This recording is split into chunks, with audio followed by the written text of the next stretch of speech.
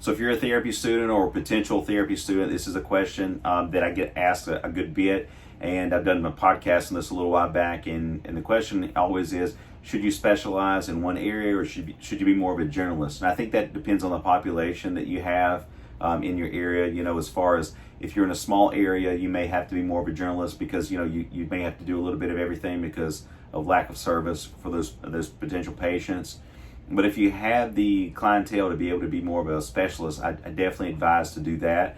For me, it's orthopedics and sports med, which also we do a lot of neuro treatment here as well, because you can't really be good at, I don't feel like ortho, neuro, or ortho, sports, peds, whatever that is, without having a strong neuro background and using those techniques every day.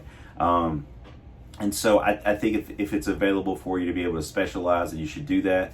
Because, you know, you're going to be better for your patients. You know, you can focus on one area. A big pet peeve of mine, especially for therapists, is when you're just jumping all over, you know, anywhere to take, you know, the next contract, the next amount of money to just to cover and see these patients or somebody. And I'm not a fan of that. I don't think that that's best practice, because I don't see how in the world you could possibly be really good at doing any of it if you're doing just a little bit of everything. I mean, I know in some cases that you don't have a choice. Again, if we're talking about what the supply and demand of the area you live in is, but if possible, I think you really should focus on one particular area or a general area versus just being like all over the place. And so I would get out of school and then maybe work a little bit in some different settings and see which one really the one you like the best, and then kind of go from there. Orthopedics has always been what I wanted to do, you know, since the get-go. And that's what I'm doing. You know, I have my private practice. And so,